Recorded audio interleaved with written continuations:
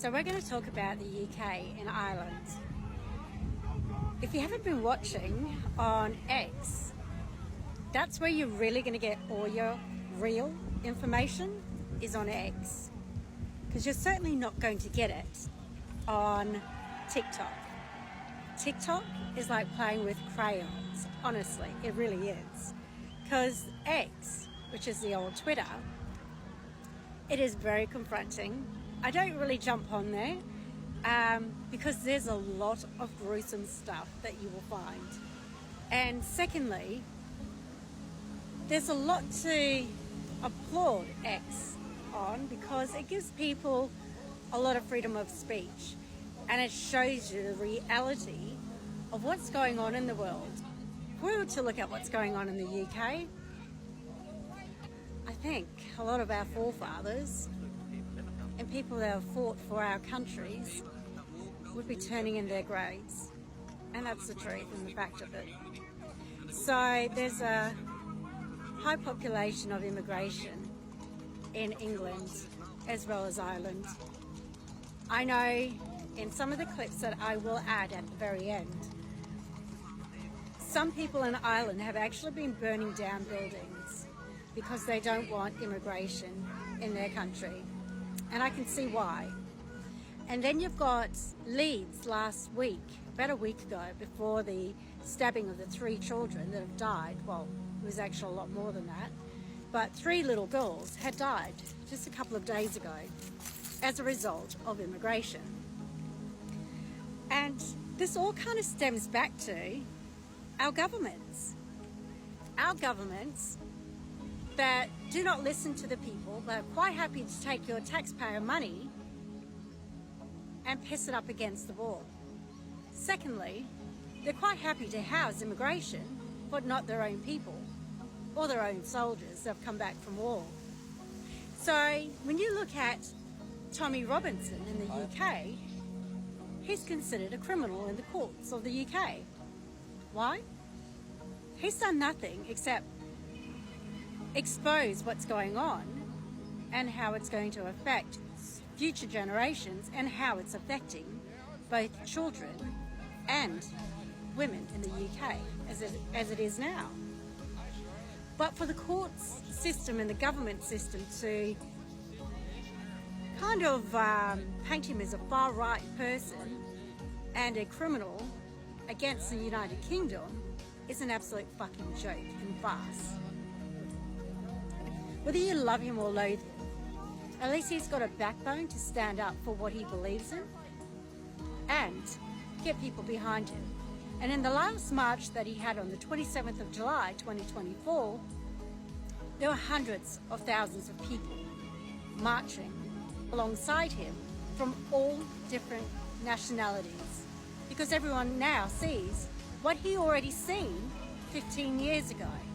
But how disgusting is it of the UK justice system to paint a man that wants his country back? Take a look at some of the clips. But more importantly, the riots that are happening in the last 12 hours is a result of 3 little girls now about to be buried. The demographics from your country and replace it with another culture that will refuse to fight for your country. You call it racist as much as you want, but that's the truth of it. People wonder how we got here. Well, it's a simple word. Racism. Racism is the word that has destroyed many countries around the world. We're supposed to have open borders, be supportive of other cultures that don't support our own, or that don't want to abide by our laws. But the word racism is what's destroyed a lot of Western countries. Look at Ireland, look at the UK. Australia, we're pretty lucky so far, but I'm pretty sure there's people out there that will say otherwise. But one word is a political language to silence the masses and the majorities and the other minorities. And the word racism is the reason why we are where we are today. People are too scared. It's a word. And unfortunately, it's not being used in the right context.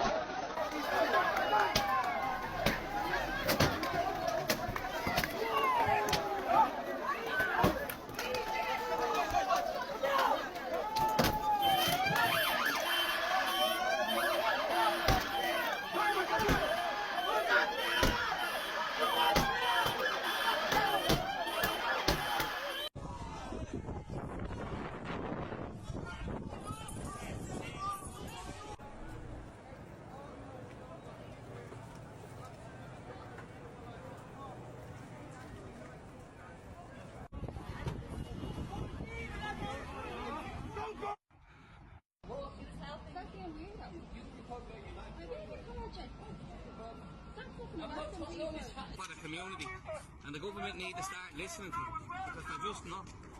You know what I mean? So Kulak says no. It's as simple as that.